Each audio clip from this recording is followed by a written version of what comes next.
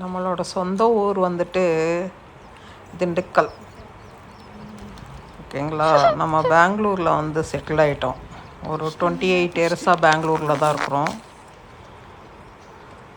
ஹாலிடேஸில் வந்து ஃபிஷ்ஷிங் போவேன் நான். எனக்கு சின்ன குழந்தையிலேருந்தே மீன் பிடிக்கிறதுனா ரொம்ப இஷ்டம்.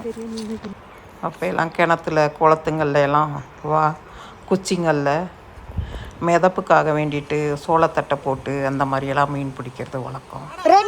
இந்த தூண்டிலில் பாருங்க 2 மீன் மாட்டிகிட்டு வருது. ஒரு கட்லா, ஒரு குட்டி மீன். அந்த மீன் என்ன மீனுன்னு தெரிஞ்சால் எனக்கு கொஞ்சம் அது வந்து என்னன்னு கமெண்ட்ஸ் பண்ணுங்கள். எல்லாம் ரகு குட்டின்றாங்க. ரகு குட்டி இப்படி இருக்குமான்னு தெரியல எனக்கு. இது ஒரு 1.5 kg இருக்கும் இந்த மீன். பிடிச்சி எடுக்கிறோம். நம்ம வந்துட்டு இந்த மீன் எடுக்கிறத இங்கே பாருங்கள், இங்கே வந்துட்டு ஒரு பாம்பு வந்துட்டு மீனை பிடிச்சிட்ருக்கு. நாங்கள் மீன் பிடிக்கிற இடத்துல இப்போ ஒரு கட்லா மீன் மாட்டிகிட்ருக்கு பாருங்கள். நம்ம மீன் எடுக்கிற வலையை எடுக்க மறந்துட்டு வந்துட்டோம். காரில் இருக்குதுன்னு நினச்சேன். அது காரில் இருந்து எடுத்து வைக்கலன்னு நினைக்கிறேன். மிஸ் ஆயிடுச்சு. அதனால் ஒரு டைமும் லேக்குக்குள்ளே இறங்கி தான் நம்ம வந்து மீன் எடுக்கிறோம்.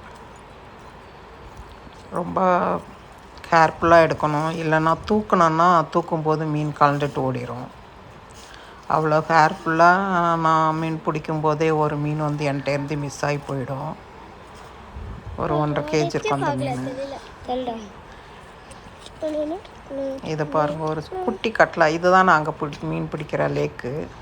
இது பாருங்கள், குட்டி மீன் பிடிச்சாலே நம்ம பேர பசங்க ரொம்ப ஹாப்பி ஆகிடுவாங்க.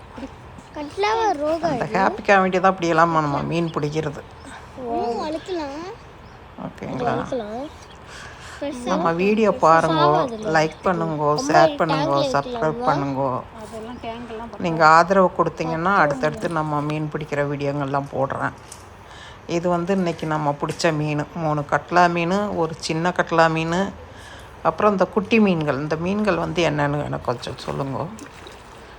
அந்த மீன் தான் மிஸ் ஆச்சு பாருங்க. இது லாஸ்ட்டில் அந்த வீடியோ போட்டிருக்குறேன். இந்த உக்ஸை கலட்டும் போது கையில் குத்தினோன்னையுமே மீன் ஸ்லிப் ஆகி தண்ணிக்குள்ளே போயிடும்.